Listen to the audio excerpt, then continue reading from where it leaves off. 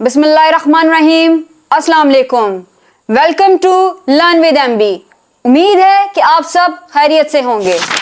आज का हमारा टॉपिक मॉडर्न सोसाइटी का एक सेंसिटिव इशू है। हमने हर मुमकिन कोशिश की है कि हर एस्पेक्ट को केयरफुली हैंडल किया जाए। पूरी दुनिया में ह्यूमन मिल्क बैंक्स बनाए जा रहे हैं, जिनका मकसद प्रीमेच्योर बेबीज को या ऐसे नामौलूद जिनकी माएँ पैदाइश के वक्त ही इंतकाल कर जाती हैं, उन्हें कंप्लीट न्यूट्रिशन प्रोवाइड करना है। और कुछ वुमेन बीमारी की वजह से या कमजोरी की वजह से अपने बच्चों को मदर फीड नहीं करवा पाती हैं और इस वजह से उन बच्चों को फॉर्मूला मिल्क दिया जाता है।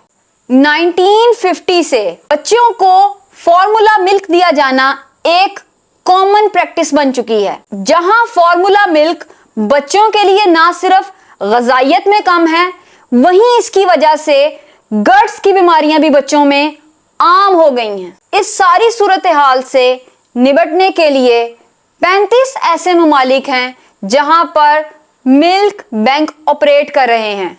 Specifically I am talking about human milk banks. लेकिन मुस्लिम ममालिक में इनकी रेशो कम है। सिर्फ एक ऐसी मुस्लिम कंट्री है जो प्रॉपर मिल्क बैंक्स को रन कर रही है और वो ईरान है। 2017 से सिंगापुर भी इसी तर्ज के प्रोजेक्ट पर काम कर रहा है। इसके अलावा कुवैत और इंडोनेशिया में वेस्टर्न कल्चर को फॉलो ना करते हुए मॉडिफाइड वर्जन में ह्यूमन मिल्क बैंक वर्क कर रहे हैं। वेस्टर्न कल्चर के मिल्क बैंक कुछ इस तर्ज के हैं कि वहां कोई भी डोनर मिल्क डिपॉजिट करवा सकता है और उसकी आइडेंटिटी को हाइड रखा जाता है। और बाज़ जगहों पर तो पूल मिल्क तर्ज के ह्यूमन मिल्क बैंक वर्क कर रहे हैं, विच मीन्स सारे डोनर्स के मिल्क को एक जगह इकट्ठा करके जमा कर लिया जाता है, पॉस्चराइज्ड करने के बाद इसे डिपॉजिट कर लिया जाता है और जरूरत के वक्त रेसिपिएंट की फैमिली को मुहैया कर दिया जाता है। लेकिन इस सारे प्रोसीजर में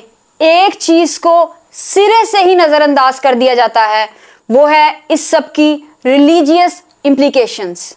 कुरान पाक में फोस्टर मदर और फोस्टर सिबलिंग्स का कॉन्सेप्ट बहुत क्लियरली बयान किया गया है और सूरत बकरा में इस बात की बाकायदा इजाजत दी गई है कि कोई भी औरत ऐसे नामौलूद को फीड कर सकती है जो उसका बायोलॉजिकल चाइल्ड नहीं है और वो इसके एवज उनसे रकम भी वसूल कर सकती है या इसके इक्विवेलेंट कोई भी दूसरी चीज। लेकिन इसके बाद वो औरत इस बच्चे की रजाई माँ यानी फोस्टर मदर बन जाएगी, विच मीन्स बच्चे का जो ताल्लुक इसकी बायोलॉजिकल मदर से होगा वही मिल्क मदर से भी होगा।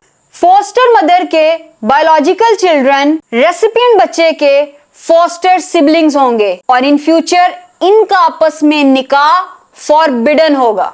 लिहाजा मिल्क बैंक्स जो वेस्टर्न पैटर्न पे ऑपरेट हो रहे हैं, उनमें इस बात की कोई क्लैरिटी मौजूद ही नहीं है कि रेसिपिएंट की फोस्टर मदर कौन है और मुस्तकबिल में होने वाली मैरिज अपने किसी फोस्टर सिबलिंग से तो नहीं होने जा रही।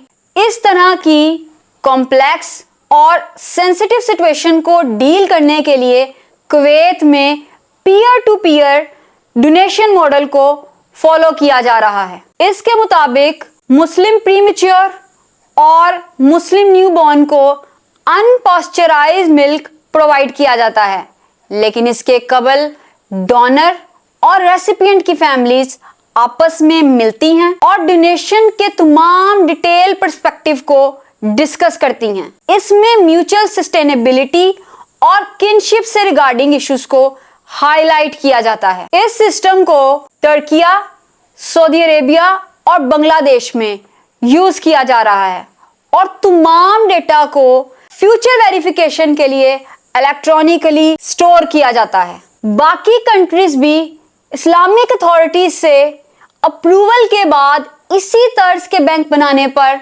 गौर कर रही हैं। ECFR, the European council for फतवा एंड रिसर्च, ये एक इस्लामिक इंस्टीट्यूशन है जो वेस्टर्न कंट्रीज में मुस्लिम लॉज को डील करता है।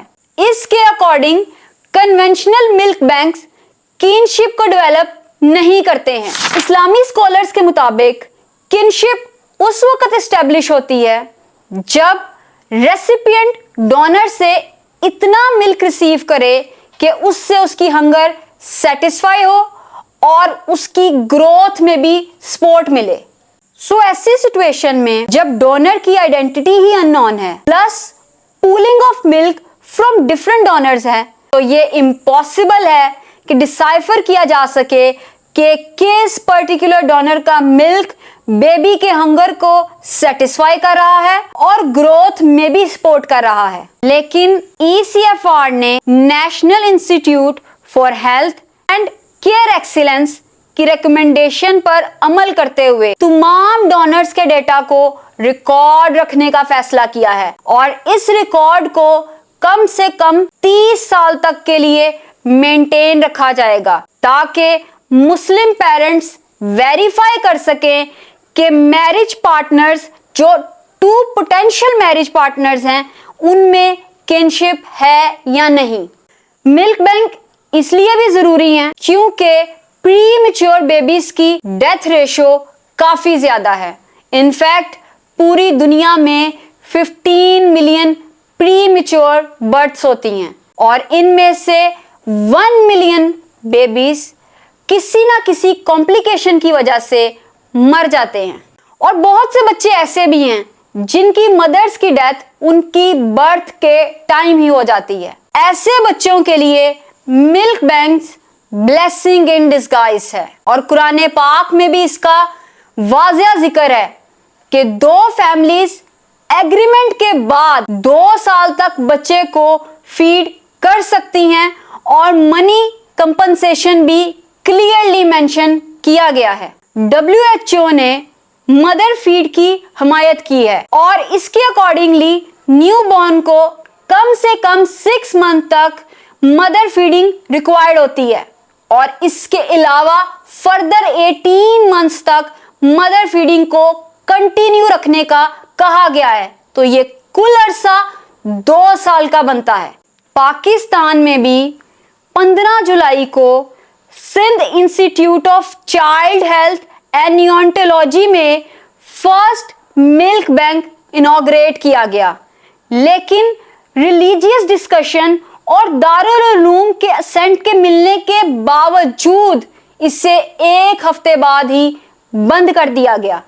अगरचे ये मिल्क बैंक यूनिसेफ के ताउन से भी बना था, लेकिन फिर भी इसे 1 हफ्ते से ज्यादा चलने नहीं दिया गया। जामिया दारुल उलूम ने इसको दी हुई असेंट रिवाइज कर दी।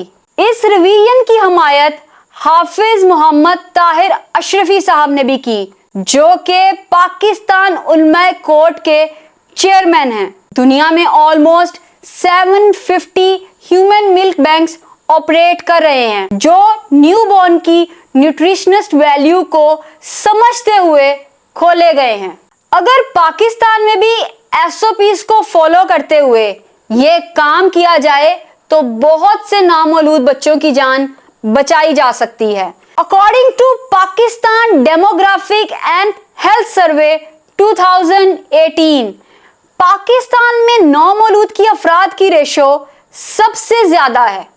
यहाँ पर हर 1000 में से 42 की डेथ हो जाती है और ऑलमोस्ट 48% पाकिस्तानी वुमेन अपने बच्चों को मदर फीड करवाती हैं, जबकि बांग्लादेश में 65%, इंडिया में 64% और श्रीलंका में 82% खवातीन अपने बच्चों को मदर फीडिंग करवाती हैं। और ये मदर फीडिंग का जो दुरानिया कैलकुलेट किया गया है ये फर्स्ट 6 मंथ का है और पाकिस्तान इसमें भी सबसे नीचे है। 1909 से मिल्क बैंक पूरी दुनिया में काम कर रहे हैं और इसके काफी पॉजिटिव इम्पैक्ट्स आए हैं।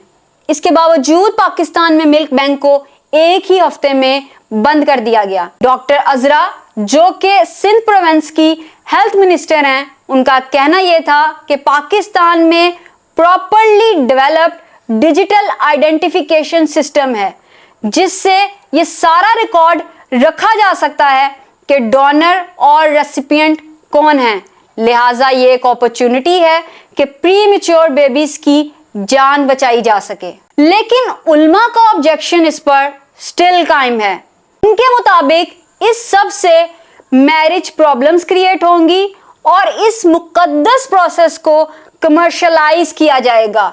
वुमेन पैसे कमाने की इंटेंशन से मिल्क बेचना शुरू कर देंगी, जिस पर पाकिस्तानी स्कॉलर जावेद गामदी का कहना था कि मिल्क किनशिप तब डेवलप होगी जब वुमेन बच्चे को खुद फीड करे, जिससे डोनर और रेसिपिएंट में एक इमोशनल कनेक्शन डेवलप होगा और इसके साथ ही फोस्टर सिबलिंग्स में भी इमोशनल कनेक्शन डेवलप होगा। लेकिन मिल्क बैंक्स में ये मेजर एलिमेंट ही मिसिंग है। लेट इजिप्शियन स्कॉलर यूसुफ अल करज़वी ने भी इसमें किसी किस्म के रिलीजियस इशू को कंसिडर नहीं किया था और 1983 में इसके लिए प्रॉपर असेंट दी थी। सबसे बड़ी बात, ईरान के सुप्रीम लीडर आयतुल्लाह खमेनी ने भी मिल्क बैंक को लीगल माना और ईरान में कन्वेंशनल मिल्क बैंक का सबसे ज्यादा यूजेज है, क्योंकि इनके मुताबिक डायरेक्ट मदर फीड के बगैर किनशिप डेवलप नहीं होती। जहां तक इशू है कि इस प्रोसेस को कमर्शियल पर्पस के लिए यूज किया जाएगा, तो इस पर जावेद गामदी साहब का कहना था कि इसमें भी कुछ गलत नहीं है। इस्लाम बाकायदा इसकी इजाजत देता है। जब डिवोर्स के बाद माँ बच्चे को दूध पिलाती है तो साबिक शौहर को इसे पे करने का हुक्म दिया गया है। तो अगर एसओपीज को फॉलो करके केयरफुली इन बैंक्स को पाकिस्तान में रन किया जाए तो इनमें कोई खराबी नहीं है।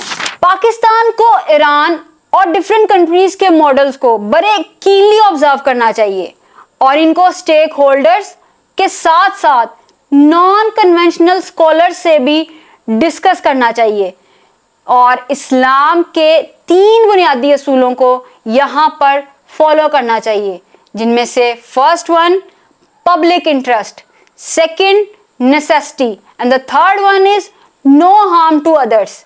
सो ऐसे प्रोजेक्ट्स को प्रमोट करना चाहिए जिसमें पब्लिक इंटरेस्ट ज्यादा हो, जो बेसिक नेसेसिटी हो, और थर्ड वन जिससे किसी को भी हार्म ना पहुंचे। हमने बहुत कोशिश की है कि इस वीडियो में तमाम एस्पेक्ट्स को केयरफुली रिसर्च के बाद आपके साथ शेयर किया जाए, लेकिन इसके बावजूद गलती या कोताही हो तो आपसे गुजारिश है कि हमारी इस्लाह फरमाएं और अगर वीडियो अच्छी लगी हो तो इसे अपने फ्रेंड्स और फैमिली के साथ शेयर करें। Please do subscribe our channel. Thank you so much. अल्लाह हाफिज।